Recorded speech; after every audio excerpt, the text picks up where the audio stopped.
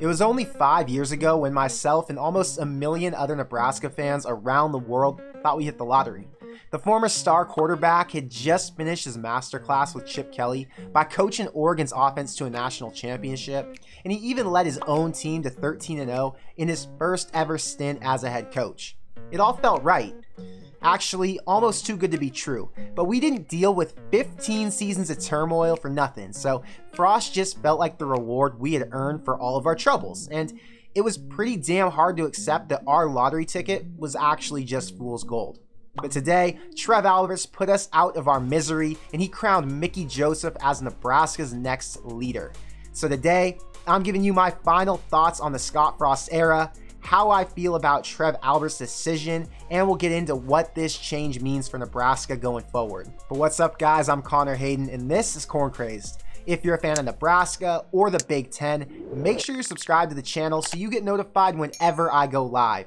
And if you're happy that Alberts finally let Frost move on to his next chapter in life, hit the like button now and help us get to our goal of 1,000. But now, let's get into it. Across midfield. Touchdown, Nebraska. Omar Manning. I want to start this video off with a sincere thank you to Scott Frost.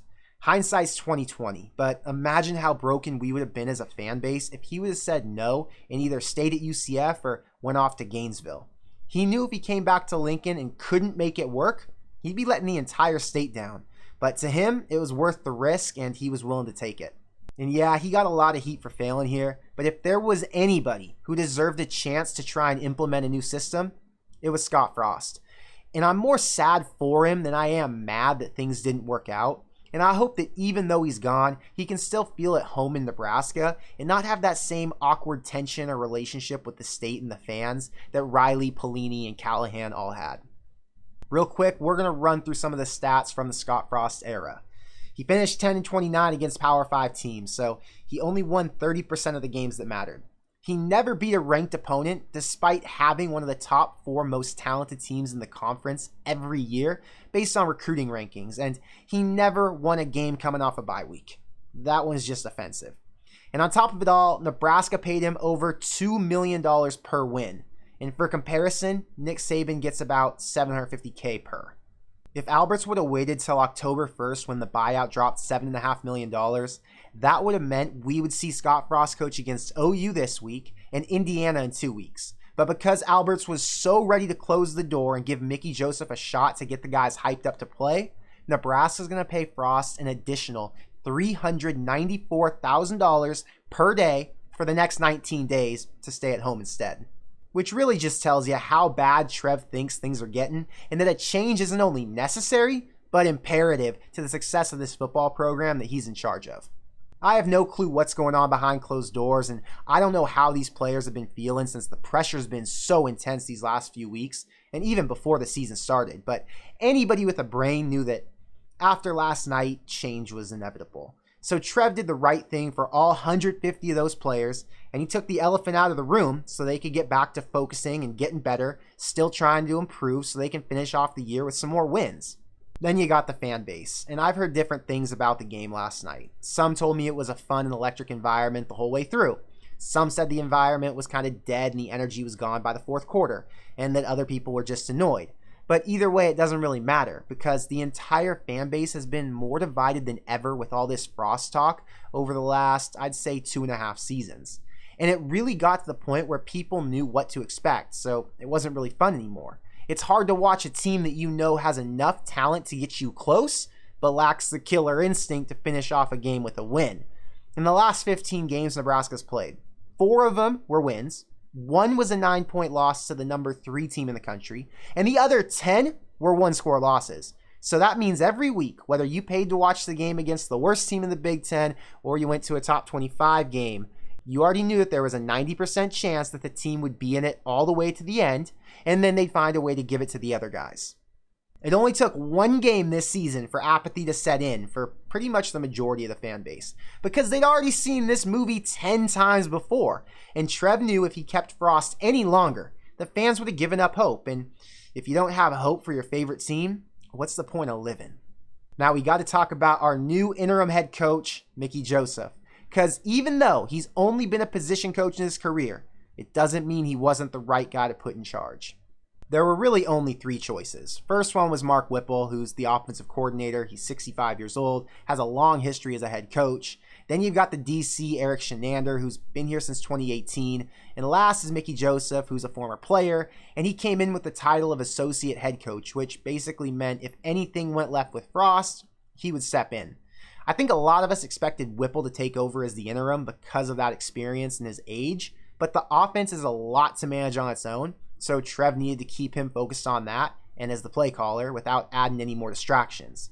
Chins wasn't a good choice because the defense is in shambles, so he needs to focus on fixing that in any way he possibly can, and we know he's going to be gone after this season no matter what because a new head coach is going to bring in some of his own people. But Mickey's the perfect choice because he's got a great connection with so many of the players since he's such an active recruiter and brought a lot of these guys in. And from everything I've heard and read, he's the guy who players are most likely to get behind and play hard for, which at this point might mean the difference between going 0-9 or going 3-6. And I saw a tweet saying the team was very enthusiastic and cheered really loud when they found out Mickey was taking over. So it's safe to say Trev made the right choice. Now, what to expect from this new Mickey Joseph-led team? First, based on what we heard in Trev Albert's presser, it sounds like Mickey is fully in charge as the leader, which means he can change what their practice structure is, he can get rid of coaches, or he can do anything else that's necessary to win games now. I'm going to call it tonight, and maybe this is a semi-bold prediction, but I think Mike Dawson gets fired as the defensive line coach because the line took a major step back with him in charge ever since Tuioti left, and I think he might actually be hurting the development in that room. Next, I think Mickey wants his best athletes to get a chance to make plays, so I'm not going to be surprised if we see less fair catches on kick and punt return in hopes that we have a few wins in the field position battle. I think the offense stays somewhat the same, but Mickey knows the best players on the field are at running back right now, so he'll make sure they continue to establish that run game, and he's going to work with Whipple to get creative with the passing scheme and maybe break into some things that Frost might not have been open to. The defense is on pace to give up 45 plus a game for the rest of the year, so there's a serious discussion coming with Shenander at some point this week to install something that gives the front 7 a little more support so they've got a better chance at making a tackle at the line or a better chance at getting pressure on the QB or at least slowing runners down because Georgia Southern going for almost 650 was completely unacceptable. Frost was pretty set in his ways and seemed a little bit too stubborn at times to make changes, so I'm pretty hyped to see what Mickey identifies as problems with the current structure and to see what changes he decides to make in terms of preparation, tackling at practice, player discipline, and whatever else goes on behind the scenes that affects the win total. I was pretty down last night, and I didn't think I could get amped up for any more of these games until Frost was gone. So today's news was a pretty good surprise to wake up to because there's still so much unknown with how Mickey's going to handle things, so the excitement's back, for me at least. I see all the repeat comments about how bad this team is and how shit their tackling is and that there's no way they're going to win another game all year and that I'm stupid if I believe otherwise. So I want to make this clear now. I honestly couldn't care less. I've said it before and I'll say it again. I watch football for fun. I watch football because literally anything can happen on any given Saturday. So if you just want to be negative or you just want to complain, I'm not the right person to talk to or expect a response from. I'm aware of every issue you're pointing out because I watch the games too. I just can't spend my extremely valuable energy on negative thoughts all day, every day. It leads to a miserable existence and I'm way too good for that shit. I think it's going to be an uphill battle to get to 6 wins. A major uphill battle. But who knows how hard these guys are going to rally for their new coach, and maybe he can get more out of this team than Frost was ever able to. So I'm still optimistic, still watching every game, still cheering this team on every week and trying to keep momentum going for whoever takes over next, and hopefully they're going to get more wins with this schedule than they had last year.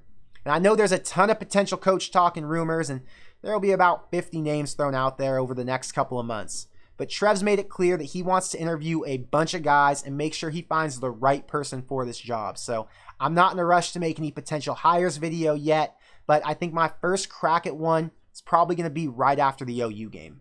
I will leave you with this though. Based on what Trev said today, I don't think Urban Meyer's someone he's going to be interested in. the type of person he wants is more likely to embody the characteristics of a Matt Campbell from Iowa State, or a Dave Aranda from Baylor, or maybe a Jim Leonard who's the current DC at Wisconsin. And I'm not ready to give my thoughts on any of those guys yet until I do a lot more in-depth research, but I'm going to have an extensive list for you soon. And hey, Mickey Joseph might still be an option. He would have to win a few games and show people he's ready to be a head coach, but anything could happen. But I want to know what you think, so let me know in the comments below. Did Frost's departure get you back engaged with his team, or are you disappointed that he didn't get more time? Are you a believer in Mickey's skills, or do you think 0-9 is the expectation? I'm back on Tuesday with my Oklahoma preview that I'm releasing the day before I leave for that game. So until then, thank you for being here. Enjoy your first week of the new era, and I'll see you in the next one. Go Big Red.